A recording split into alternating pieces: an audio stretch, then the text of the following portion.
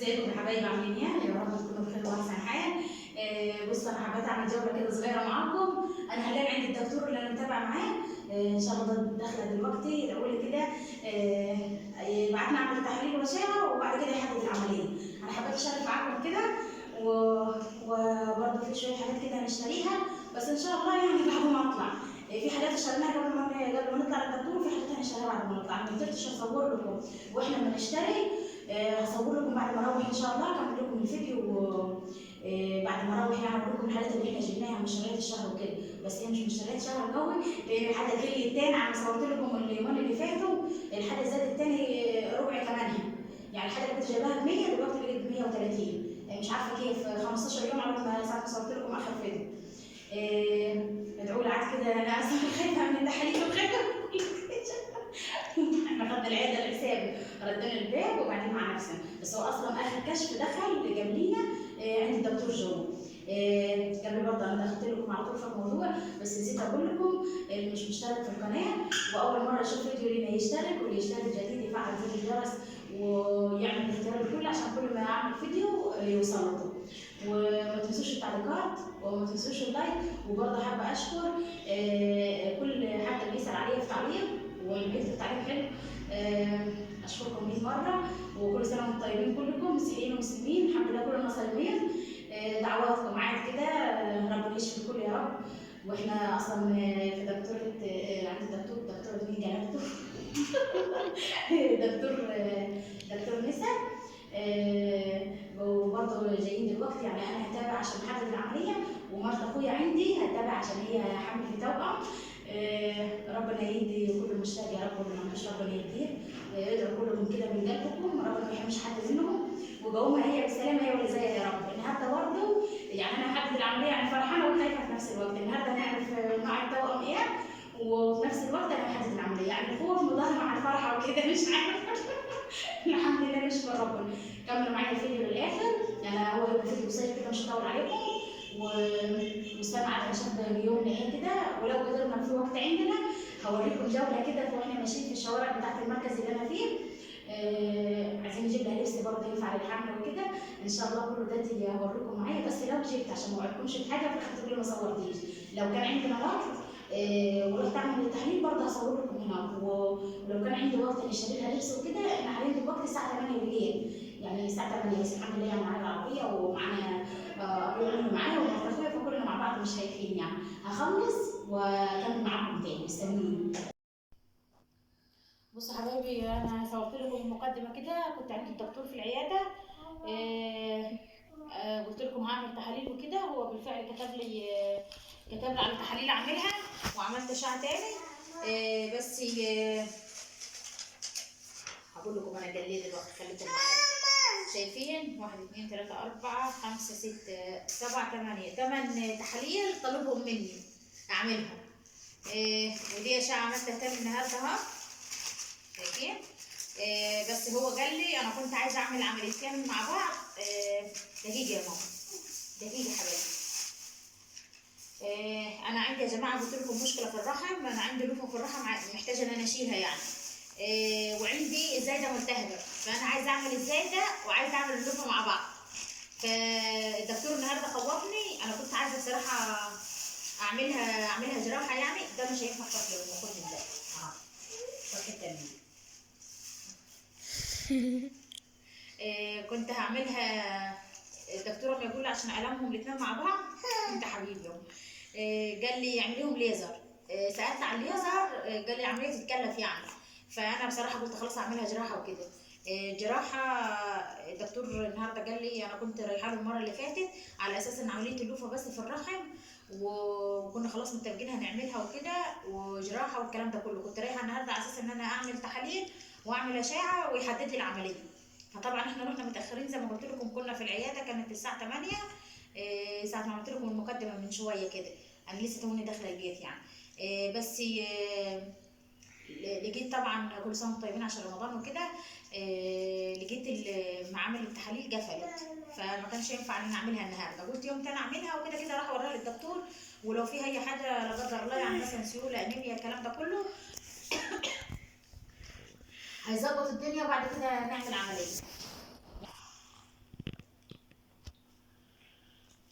فقال لي يا جماعه ان انا كنت المفروض زي ما قلت لكم كده كنت هعمل تحاليل واعملها النهارده، بس جيت معمل التحاليل قافل على شهر رمضان والوقت اتاخر يعني. فقلت ان شاء الله يوم تاني. بس انا كده الدكتور قال لي لو عايزه تاجليها شويه، هو اعطاني علاج يعني، كتب لي على علاج جديد. إيه ان انا بس قال لي يا جماعه هو اعطاني علاج، كتب لي على علاج جديد بس علشان الوقت اللي انا هستنى فيه تكون يعني الامور تتظبط معايا وكده ان انا اقدر اعمل العمليه. فاعطاني علاج عشان اللوفه بس ما تكبرش، لان ما تكبر بسرعه اما تزيد يعني كل يوم يعدي عليها ما تكبر. فقال لي هديك علاج ان هو بس ما يخليهاش تكبر بالسرعه دي لحد ما انا اجي اعمل العمليه، لحد ميعاد العمليه يعني. فكتب لي على علاج جديد. دقيقه يا ماما، كتبوا لي النهارده غير العلاج اللي كنت باخده في الاول. ده كنت باخده اول حاجه، ده كتبوا لي النهارده ده جديد، ان بس يظبط الدنيا معايا يعني، ويخلي اللوفه ما تكبرش اكتر من كده، ويديله مسكن لان في الم وكده يعني. لحد بس ما حدد العمليه. فهو قال لي عايزه تاجليها شويه، كنبها مش عايزه، خلاص اعمل التحاليل وتهالي ونحدد عدد العمليه بعد يومين بعد ثلاثه ونعملها. فانا بصراحه خوفني لما ما يقول لي المها اصعب من الولاده القيصري تاني. انا لما اقول يا دكتور ايه يا ماما دقيقه، حاضر يا عمرو دقيقه، اما اقول يا دكتور امسك دول هم كده لسه، اما اقول يا دكتور هو المها يعني زي الولاده القيصر وكده، قال لي هو نفس الفتح زيه زي الولاده القيصر بس المها يعدي الولاده القيصر. فاما يقول لي ازاي انت تستحملي عمليتين في نفس الوقت، لان ده فتح وده فتح يعني هيبقوا فاتحين مع بعض جارحين مع بعض، والالم بتاعهم يختلف كل واحده عن التانية. فقال لي بصراحه انا ما انصحكيش ان انت تعملي الاثنين مع بعض. وانا بصراحه على موضوع البنج ده ما يتعبني خالص، وحكمه البنج اصلا في ظهري، انا اصلا ظهري عندي مشاكل في ظهري كده، فخايفه بصراحه اكتر حاجه من حكمه البنج. فمش عايزه اتبنج مرتين، انا قلت خلاص يعني اتبنج مره واحده والالم يساعدني ربنا عليها واعمل الاثنين بالمره وخلاص، لان انا متاكده، انا حاسه بنفسي يعني تعبانه منها. متاكده ان انا لو عملت العمليه دي بتاعت الرحم دياتي دلوقتي، انا متاكده ان بعد شهرين هفتح تاني للزايده. فانا بصراحه يعني قلت لا بالمره، قلم بالمره. فبصراحه هو خوفني، انا مش عارفه اعمل ايه يعني. انا اصلا جايه متوتره ومصدعه من ساعه ما قال لي الكلمتين دول. فمش عارفه عادي. انا قلت لكم قبل كده في المقدمه ان انا هنزل اجيب نجيب لبس لمرت اخويا عشان الحمل وكده، ونجيب شويه حاجات لينا وافرشكم على المركز اللي احنا فيه وكده. بس بصراحه اول ما قال لي الكلمتين دول ونزلت لقيت المعمل قافل، فقلت خلاص انا كده مش هعمل حاجه تاني النهارده وهروح. الحاجات دي يا جماعه بامانه كنت جايباها قبل ما اصور لكم المقدمه، والمقدمه انا كنت جايبها لكم في العياده. دقيقه يا ماما، عيب عيب يا ماما، قولوا حطوا لايك، حطوا لايك. فالمقدمه انا قلت لكم فيها ان انا مش شاريه حاجات قبل ما اجي العياده، وهشتري حاجات تاني، بس للاسف ما كنتش اشتري اي حاجه تاني. ايه يا عمر دقيقه، بس عشان ما اطولش عليكم في الفيديو يا جماعه اكتر من كده. بس يا ماما عيب، حاضر يا حبيبي. اوريكم بس الحاجه اللي انا جبتها كده. بصراحه ما جبتش حاجات كتيره لان المحل اللي انا بجيب منه، حاضر يا ماما، الحاجات اللي انا كنت عايزاها قال لي خلصانه، وفي حاجات لسه ما جاتش يعني خلصانه، وفي حاجات هتيجي النهارده بس طبعا مش هينفع اتاخر اكتر من كده. قال لي استنى خد الحاجه بالمره، قلت له لا انا هفضل موجود ولما اروح تاني ابقى اجيب. حاضر يا جاي، خد يلا. طبعا ما ينفعش نروح المركز وما نجيبش حلاوه، فلازم نجيب حاجه حلوه لتوخه. جبت لهم نص كيلو هريسه، وانا اكلت نص في العربيه. انا بحب الحلويات قوي يا جماعه يعني، بحبها بطريقه محدش يتخيلها. انا ممكن اكل صينيه لوحدي عادي يعني، بس اي نعم فيما بعد لما اتعب، بس بحب الحلويات قوي. جبت لهم دقيقه يا ماما طيب. وانت شايفين بيبي عشان عايز حاجه غير كده؟ لا دقيقه يا عمر طيب. هتدي عايز يدي مسياي.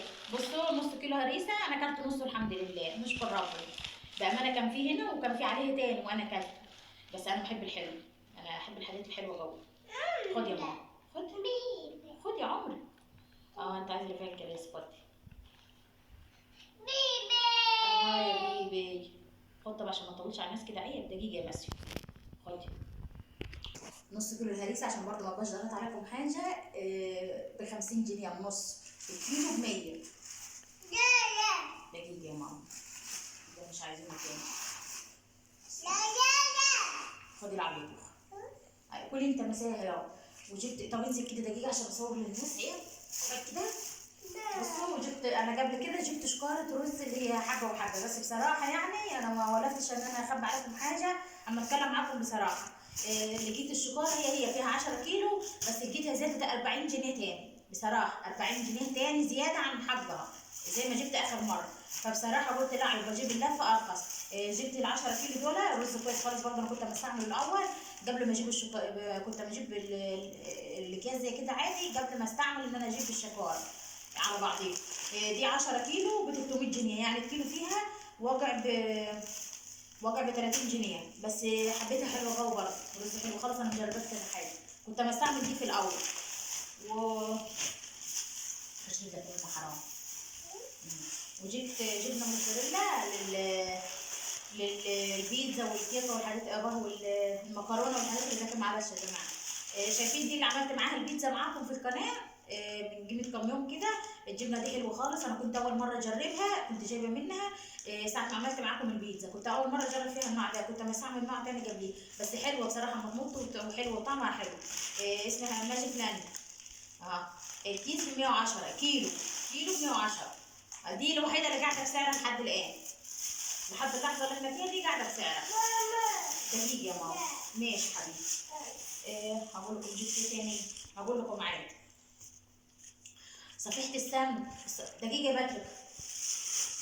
صفيحه السمنه انا بحب استعمل سمنه اميره، بس يعني ده مش اعلان ولا حاجه، بامانه يعني، بس انا بقول لكم على انا بستعمله سمنه اميره. تعالى كده يا عمر. كنت اما استعمل اما اجيب الصفيحه اللي على بعضيها اللي هي 5 كيلو تصفي معاك 4 ونص. كنت اما اجيبها بكام؟ كنت اما اجيبها جبتها اخر مره ب 330 جنيه. اخر مره جبتها ب 330 جنيه. رحت اسال عليها في الوقت الحالي، قال لي بكام؟ قال لي ب 520 جنيه. قلت خلاص، وما لقيتهاش، يعني ما لقيتش اميره اللي هي في اللي هي ال 5 كيلو دي اللي صفى 4 ونص. فقلت خلاص اجيب الاكبر. فلقيت الاكبر بكام؟ تتوقع معايا كده؟ فيها 11 كيلو، عامله 1100 جنيه. علبه السمن عامله 1100 جنيه. فقلت لا يا بنت، نجيب الصغيره واحنا ونصيبه. جبت دياتي 3 كيلو صف معايا 2 ونص ب 270 جنيه. اميره الصفر حلوه خالص، اللي ما جربهاش على فكره. البيضه مش حلوه كانت الصفر. جبتها ب 270 يا جماعه 3 كيلو. كنت اما اجيبها ب 190 جنيه، بس نشكر ربنا. بامانه كنت اما اجيبها ب 170 ب 190 يا رب سامحني.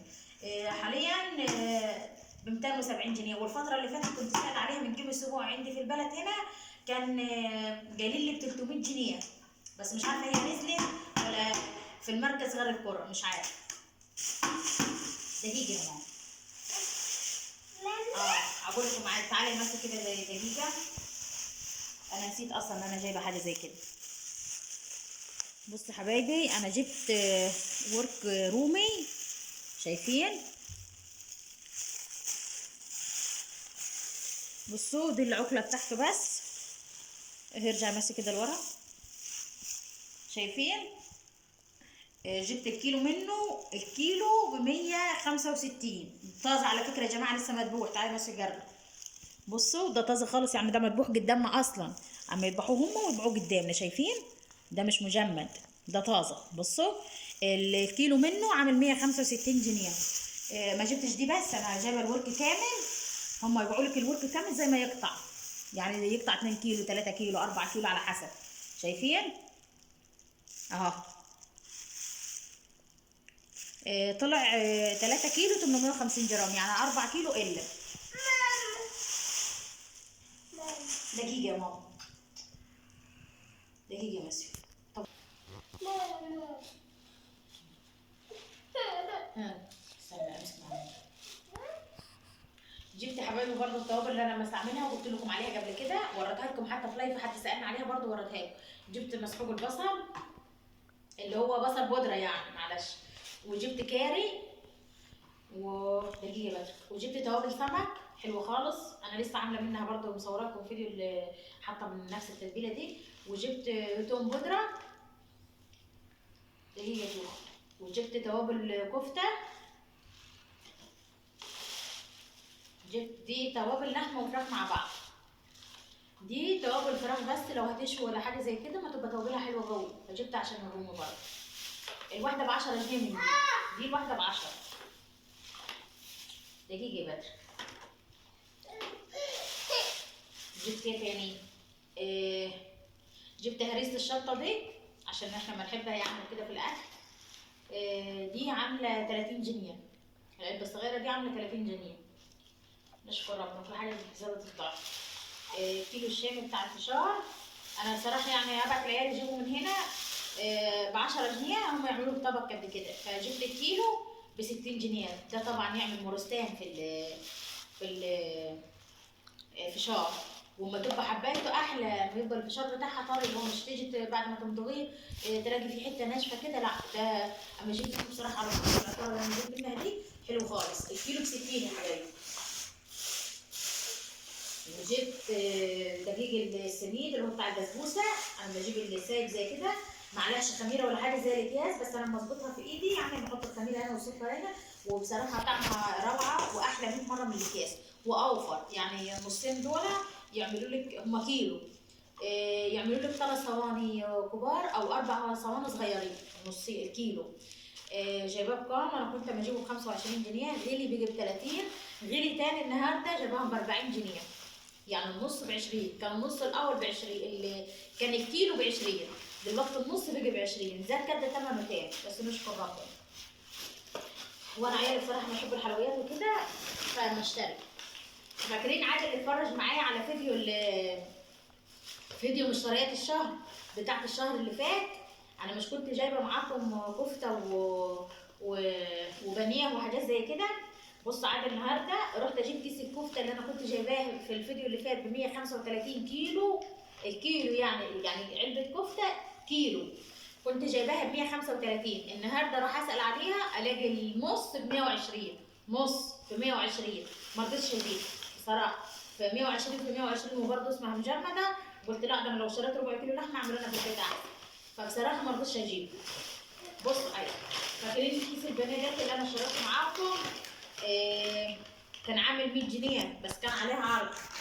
هو 20 قطعه بس حلو خالص بامانه، يعني العيال حبوه عندي وكنت بعمل لهم منه سندوتشات وكده. كنت جايبه من جاتي 3 اكياس في الفيديو اللي فات، وكنت جايبه من اللي هو البانيه الثاني.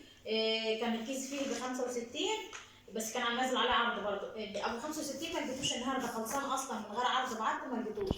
ده تعالى النهارده زايد عن سعره 22 جنيه. كنت جايبه الكيس ب 100، النهارده جبت الكيس ب 122 جنيه. جبت كيسين بس طبعا لان حاجه زادت. شايفين دول ب 244 بالظبط. 244 كنت جايبه الاثنين ب 200 جنيه. بس يلا نشكر ربنا. بس يا ماما تعالى كده. دي كانت هاتي يا هاتي. دي كانت مشتريات الشهر النهارده. هو احنا ما جبناش حاجه بس صرفنا يعني.